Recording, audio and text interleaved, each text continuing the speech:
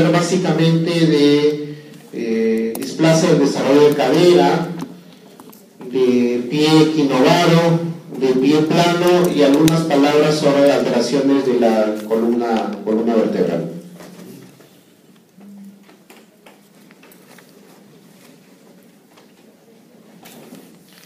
Displasia de cadera en desarrollo. Es una alteración que se pierde la relación normal entre el extremo proximal del fémur y el acetábulo. Puede tener distintos grados grados variables de gravedad. Lo más leve es la displasia, luego viene la subluxación y luego viene la luxación. La luxación es cuando ya hay una pérdida completa de la relación entre ambas caras articulares, ¿no? Entre el acetábulo y la cabeza del fémur.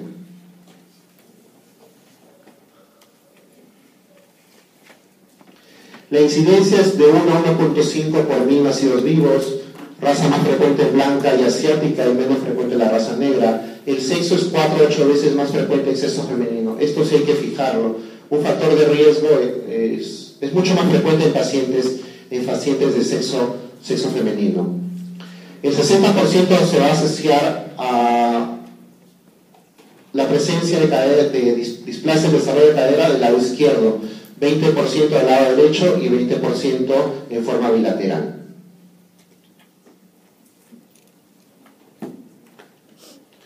Es importante conocer los factores de riesgo para sospechar qué paciente me puede hacer displasia de desarrollo de cadera.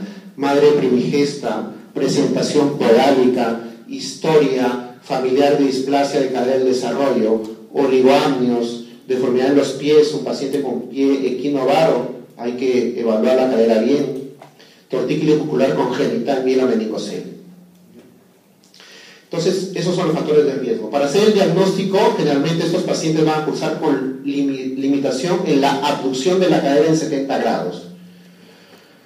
Normalmente la abducción debe ser 70 grados. Cuando tenemos una abducción menor, sospechar displasia de cadera en desarrollo. Sobre todo si es unilateral y lado izquierdo. Recordar que es el más frecuente. Sin embargo, 30% de estos niños no van a tener limitación de la abducción. Podemos hacer una abducción completa y el paciente presenta displasia de cadera en desarrollo. Asimetría de pliegues. Los pliegues que aquí adquieren importancia son los pliegues inguinocrurales. Sin embargo, va a haber un 30% de estos niños que presentan estos asimetría de pliegues inguinocrurales y no presentan displasia de cadera en desarrollo.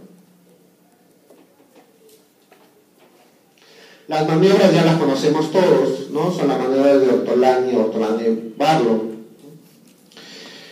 La Ortolani vamos a tener la cadera a 90 grados de flexión y vamos a abducir, o sea, vamos a separar progresivamente, colocando previamente el dedo medio del trocánter mayor y el pulgar en el menor. Cuando la maniobra es positiva, cuando sentimos un clic o una sensación táctil, esto significa una reducción de la cadera. Maniobra de Barlow, lo contrario, ¿no? Vamos a aducir la cadera. Luego tenemos la maniobra de Galeazzi. Sirve para evaluar la diferencia en longitud de las extremidades. Un signo que también nos hace sospechar displasia de cadera de desarrollo es acortamiento de los miembros, pero no un acortamiento marcado. Entonces colocamos al niño en esa posición, con el niño en posición supina, mientras flexionamos la cadera y las rodillas en 90 grados, vamos a ver a qué nivel encontramos ambas rodillas. Cuando tenemos una extremidad afectada, nos va a indicar que en esa zona pudiera presentarse la displasia de cadera en desarrollo. Esto es importante que fijen qué examen le vamos a pedir y en qué momento vamos a pedir, ¿no? Cuando digo que fijen es que probablemente les tomen el martes, ¿no? Exámenes complementarios de la ecografía se piden entre uno y los 3 meses. ¿Cuándo le pedimos una ecografía? Cuando tenemos hallazgos anormales en el examen físico o cuando tenemos factores de riesgo que ya los conocemos, ¿no? Cuando tenemos una paciente con presentación podálica principalmente, cuando tenemos un paciente con antecedentes familiares de cadera en desarrollo, cuando tenemos de repente sexo femenino, cuando tenemos oligoamnios, todos esos factores de riesgo los vamos a vamos a pedir. Ahora, hemos visto varios factores de riesgo, pero hay unos factores de riesgo principales, ¿no? Los principales vendrían a ser la presentación porálica y el antecedente de displasia de cadera en desarrollo familiar. Radiografía de cadera es cuando el paciente tiene generalmente por encima de 4 meses, ¿no? Acá vemos los factores de riesgo, marcadores de riesgo mayores en los cuales la ecografía está indicada. Tenemos historia familiar positiva, presentación de nalgas, malformación congénita, especialmente pie equinovaro o algún tipo de tortícolis congénita, deformidades posturales, y cuando tenemos una exploración anormal de la cadera, es decir, tenemos un signo de Ortolani-Barlow positivo o un signo de Galeazzi también, o cuando tenemos asimetría de pliegues o limitación de la abducción. Marcadores menores en los cuales está recomendada la ecografía: prematuridad, sobrepeso, oligoamnio, cesárea o parto distóxico, ¿no? Generalmente optamos por utilizar en ambos casos pedir la ecografía. Ahora, en la radiografía, ¿cómo lo vamos a interpretar? ¿Cómo vamos a sospechar cuando pedimos? Ya sabemos que en un paciente de 1 a 3 meses no pedimos radiografía, lo que pedimos ecografía, pero el paciente un poquito más de mayor edad sí vamos a pedir la radiografía. Entonces debemos saber qué cosa vamos a obtener, qué cosa vamos a pedir. Tenemos que en una radiografía establecer el cuadrante hombre-TEN. Vamos a trazar 2 líneas, ¿no? Una línea, la primera línea, la línea de Hilgen-Reiner, que va a unir la parte superior de ambos cartílagos. Es la línea que está horizontal, ¿no? La línea de acá es por encima de ambos cartílagos. Luego vamos a trazar una línea perpendicular que es la por el extremo, el borde externo de esta cara de este hueso, ¿no? Del ilion vamos a hacer este cuadrante. ¿Y dónde tiene que estar la cabeza del femoral? Tiene que estar en el cuadrante inferior interno, ¿no? Trazando ambas líneas, ¿no? Tanto de la Hilgen-Reiner, que es la horizontal, y la de Perkins, que es la perpendicular. La de Perkins lo vamos a trazar en esta zona, en la parte más externa del borde del acetábulo, donde está señalado. Esta es el acetábulo, la parte más externa va a cruzar con la línea de Hilgen-Reiner. Ahí trazamos la línea de Perkins. Esto nos va a permitir para ver dónde está ubicada la cabeza del fémur. La cabeza del fémur tiene que estar en esta zona, en la parte inferior interna, en el cuadrante inferior interno. Esta cadera es la cadera sana y esta cadera es la cadera afectada. Acá tenemos que la cabeza del fémur está en el cuadrante supero externo, ¿no? Esta es la cadera normal y esta es el paciente que tiene displasia de cadera en desarrollo.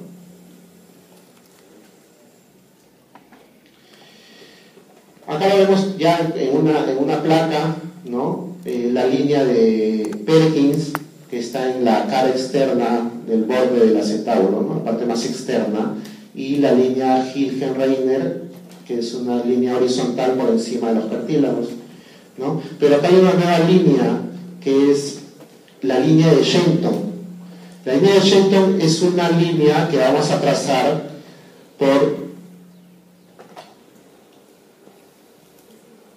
esta zona de la cara interna del cuello, ¿no? Del fémur, y se va a desplazar por el agujero del obturador, ¿no? Acá tenemos el obturador, ¿no?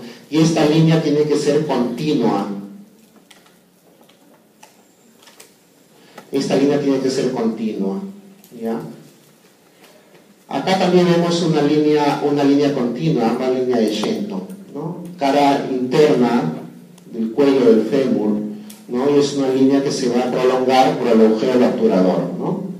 Ambas son normales, ¿no? Acá no se ve bien, pero aquí está la cabeza del fémur, que está en el cuadrante inferior derecho. Igual acá, ¿no? Cuadrante inferior interno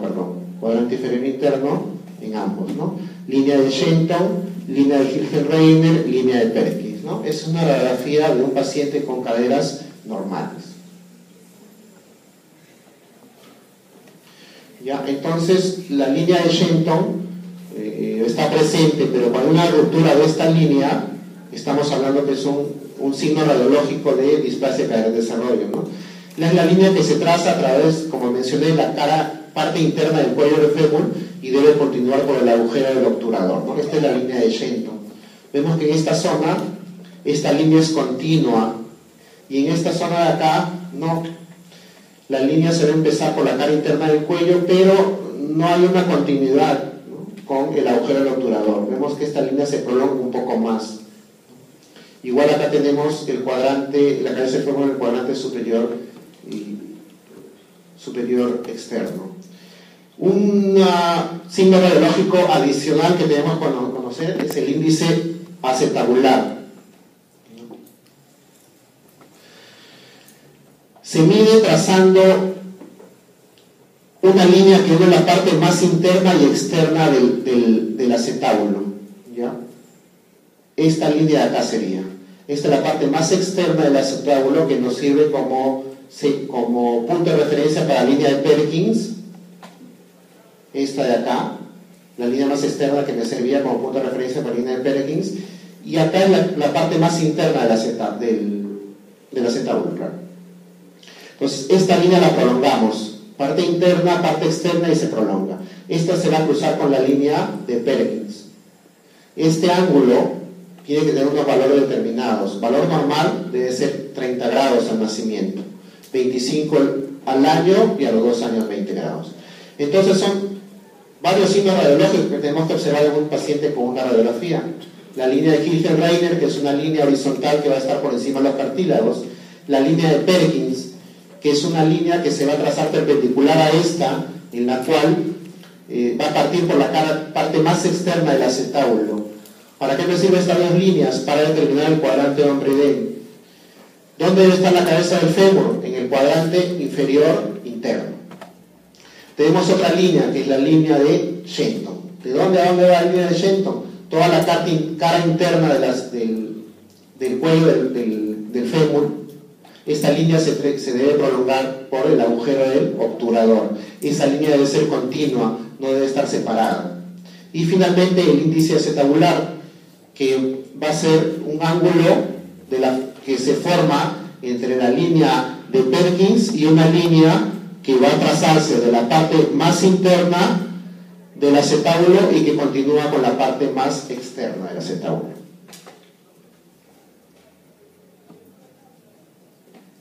¿No? Este es un diagrama, ¿no? Vemos que en esta cadera vemos que el ángulo es mucho más marcado, ¿no? Fácil, más de 30 grados, ¿no? Acá vemos la cabeza femoral en el cuadrante inferior interno, ¿no? Acá no. Entonces vemos que esta es la cadera con displasia y la otra cadera normal. Acá sí, ¿no? Vemos nuevamente una radiografía normal, ¿no? Vemos que ambos, cabeza de fémur, ambos están en el cuadrante inferior interno. Vemos la línea de Shenton continua, no hay una separación, ¿no? Vemos la línea de Perkins, que es esta perpendicular, la línea de Hilgenreiner, y con otro color morado, vemos la línea que va a trazar el índice o ángulo acetabular, ¿no? Que más o menos es menos de 30 grados en ambos, ¿no? Ambas caderas normales, a diferencia de lo que vamos a ver acá, ¿no? Vemos que aquí tenemos la cabeza del fémur en el cuadrante inferior, pero el inferior externo, ¿no? Tenemos el ángulo acetabular más de 30 grados. Acá tenemos, y la línea de Shenton, acá no hay mayor variación, pero tenemos que acá el índice acetabular sí, más o menos 30 grados, y la cabeza del fémur donde corresponde, es decir, en el cuadrante inferior interno, ¿no? En cuanto al tratamiento, todavía hay controversias. A veces se trata de aquellos pacientes que no necesitan tratamiento y se dejan de tratar muchas veces a aquellos que sí lo necesitan.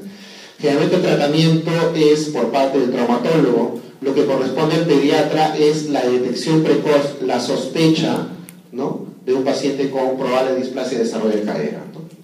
El tratamiento va a depender de la edad en que se hace el diagnóstico de la validad de presentación.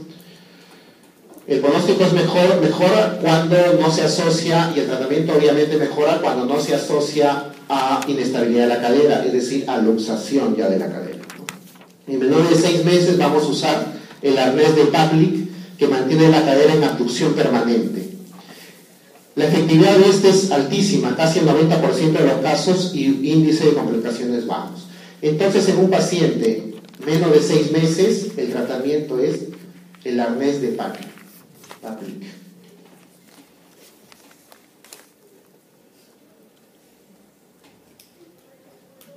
¿No? El arnés de Pavlik, la respuesta de este tipo de tratamiento es bastante alta, 90% hay corrección, siempre y cuando obviamente no estemos hablando ya de una luxación de cadera.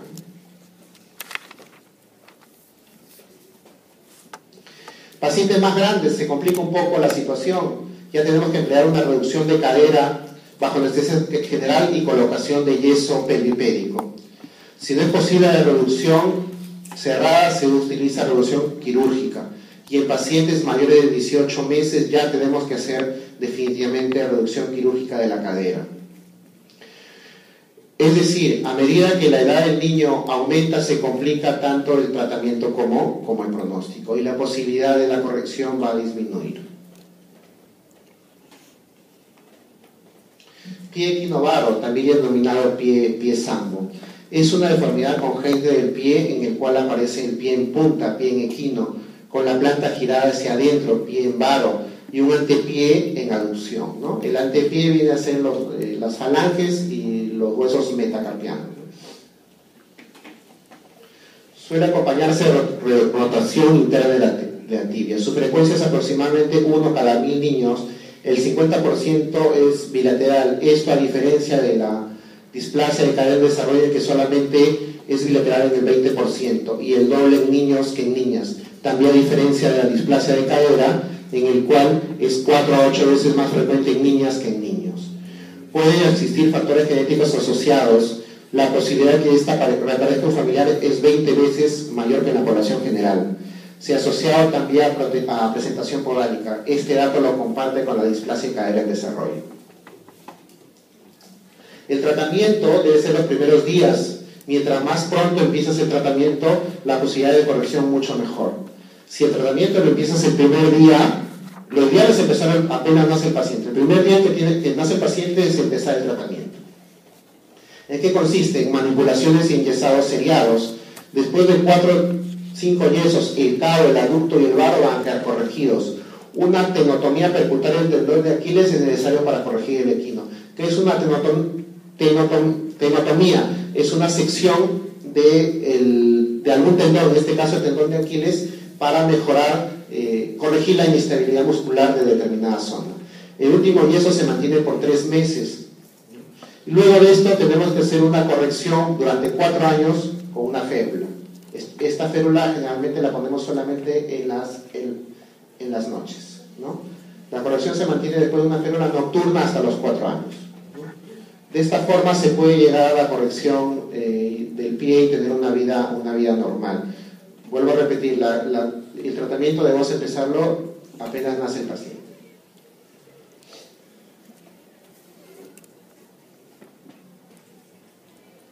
El tratamiento comienza en los 6 primeros meses, lo ideal apenas nace el paciente.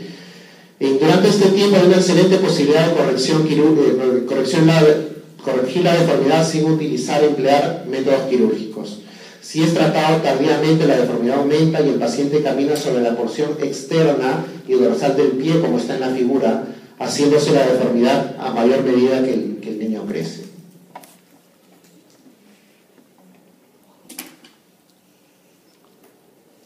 Pie plano. Probablemente la consulta más frecuente desde el punto de vista ortopédico de los padres, ¿no? Por recordar que el pie plano es generalmente fisiológico hasta los 4 años. No se puede determinar si el paciente tiene pie plano. ¿Qué cosa es el pie plano? Es una alteración estructural del pie caracterizado por una pérdida de altura, como están viendo acá, del arco plantar. Pérdida de altura del arco plantar longitudinal, ¿no? asociada habitualmente a un valgo del talón, ¿no? O sea, el talón tendencia a ir a la línea media, ¿no? El 90% es asintomático. Una disminución del arco, de la altura del arco plantar, como está en la figura, ¿no? Un pie normal y un pie plano en el cual tenemos disminución de la altura del arco.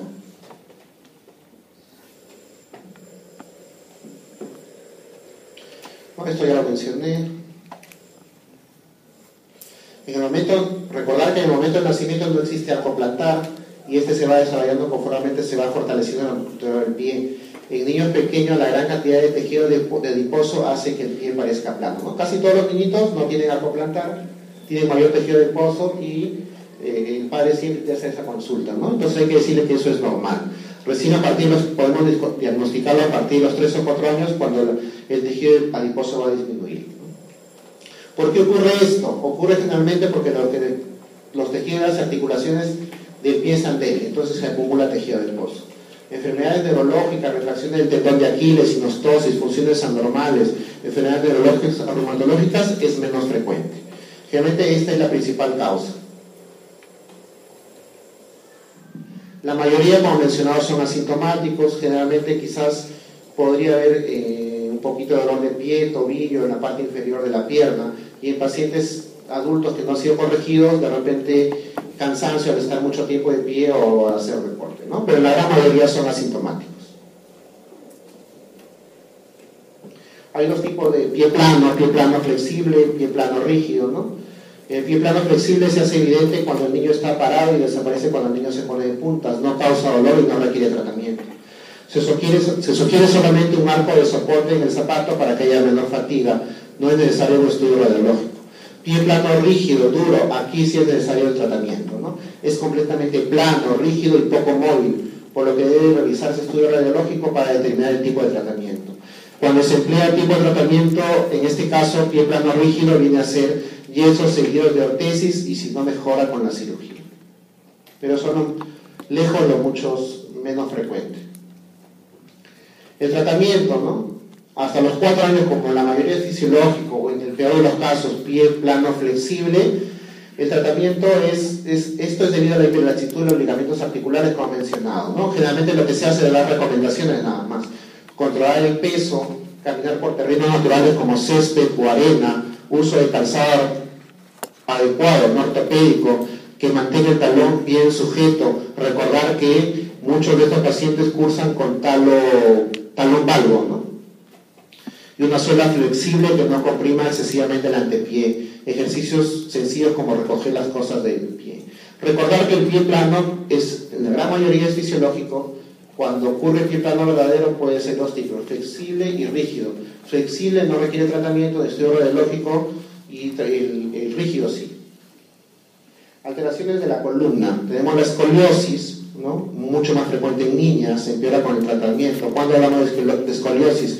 Cuando hay una curvatura normal en sentido lateral más de 10 grados. En bebés y niños es poco común. Escoliosis neuromuscular generalmente aparece o empeora durante la adolescencia. Escoliosis congénita, muy raro. Escoliosis idiopática, casi el 80% de estos va a ser una escoliosis que no se determina la causa. En este tipo hay 3 grupos: idiopática desde el nacimiento hasta los 2 años 11 meses, idiopática juvenil 3 a 9 años, idiopática del adolescente de 10 años hasta que adquiera la madurez esquelética. ¿Qué síntomas vamos a presentar? Hombros o caderas desiguales, clavículas, costillas o omóplatos prominentes, dolor crónico de la espalda, inclinación costado ya que no está centrada la pelvis, contracturas musculares, dolor al realizar mucho sobrepeso, ¿no? El tratamiento, cuando hemos definido que es escoliosis, hablamos cuando es mayor de 10 grados de desviación. Cuando esta desviación llega hasta los 90 grados, solamente observación. Cuando tiene 20 a 40 grados, corsé ortopédico Milwaukee, que es el que está en la figura, y cuando ya esto es mucho más marcado, por encima de 40 grados, instrumentación o artrodesis, ¿no? Cifosis, columna vertebral que cubre más de 45 grados, ¿no? Hay algunos tipos, cifosis de postura, que es lejos la mucho más común, cifosis Shorman, en el cual es mucho más marcado. Estéticamente no se ve bien y generalmente causa dolor. Y cifosis congénita ocurre en aquellos, es poco frecuente, ocurre en aquellos infantes en el cual no ha habido un desarrollo correcto desde el nacimiento, ¿no? De la gestación. Síntomas: dificultad para respirar, fatiga, dolor de espalda, apariencia redondeada de espalda, sensibilidad y rigidez de la columna. Tratamiento, ¿no? Generalmente antiinflamatorios, ejercicio para fortalecer los músculos paravertebrales. Cuando esta alteración de la columna es por encima de 40 y 60 grados, aparatos ortopédicos, ¿no? Y cirugía cuando esto es más de 60 grados. Hiperlordosis, también poco frecuente en pediatría, ¿no? Puede ocurrir a nivel lumbar o cervical, la columna se encorva hacia adelante, hace mantenimiento de los glúteos y ocasiona dolor de espalda.